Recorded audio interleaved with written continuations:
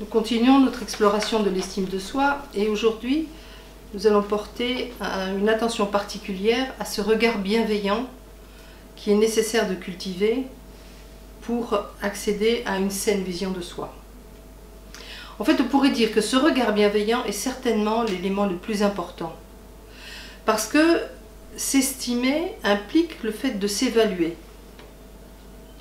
Mais s'estimer, estimer, c'est également en voir la valeur. C'est-à-dire d'avoir cette capacité à évaluer l'aspect positif ou négatif de certains aspects de notre fonctionnement. Ça signifie donc que si je porte un regard bienveillant sur ce qui semble un frein à un développement juste de l'esprit, ce serait, on pourrait dire, s'estimer malgré les échecs, malgré nos erreurs, malgré nos limites. Je dirais même s'estimer par nos limites, par nos erreurs, etc. Estimer ça, non pas avec la relecture que j'ai aujourd'hui, mais pour ce qu'elles étaient, pour ce qu'elles sont, au moment où je les accomplis. En ce sens, le fait de cultiver ce regard bienveillant envers soi est le socle d'une saine estime de soi. C'est ce qu'il y a de plus intime et de plus profond dans cette fait de cultiver une saine estime de soi. C'est vraiment le point important.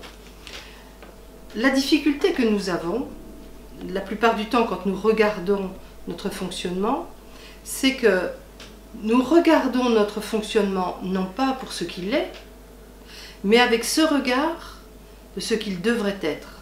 C'est-à-dire que j'ai déjà un a priori, une idée de ce que je devrais rencontrer pour que ce soit juste. Or, il y a des aspects de moi qui ne sont pas justes. Ma capacité à l'orgueil, à la jalousie, ma facilité par exemple à me mettre en colère, ou cette propension à m'attacher à tout ce que je trouve agréable, est quelque chose qui est plutôt nocif. C'est ça qui va générer l'inconfort et la souffrance. Et donc rencontrer ça, plus je vais développer un regard honnête, bienveillant et honnête envers mon propre fonctionnement, plus je vais être à même de travailler avec ces différents aspects pour petit à petit ne plus en dépendre. Dans un premier temps, ne plus en dépendre de la même façon, avec plus de clarté, plus de lucidité, et puis petit à petit me défaire complètement de cette dépendance à suivre toutes les afflictions qui se présentent. Donc, en quoi consiste le chemin pour aller vers ce regard bienveillant? C'est d'une part d'être attentif à la culpabilité qui s'élève du jugement que je porte sur ce que je rencontre. Gendun Rinpoche disait « Un défaut non vu est un défaut.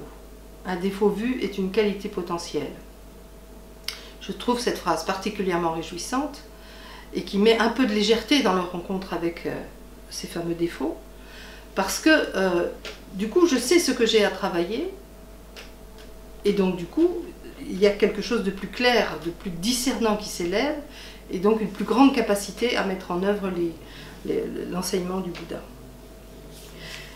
Peut-être un autre aspect qu'il est important de souligner, c'est qu'il n'est pas nécessaire d'être sans défaut pour avoir une saine estime de soi. Il ne nous est pas demandé, a priori, d'être sans défaut, mais d'être conscient de ces défauts, ce qui n'est pas la même chose. Il s'agit de développer la capacité à les assumer afin de les, petit à petit, de ne plus dépendre de la même façon. Je dirais de changer notre rapport à ces afflictions. Et quand on réfléchit de cette façon-là sur base de l'enseignement du Bouddha, on pourrait dire qu'un regard bienveillant est une forme de respect envers soi-même.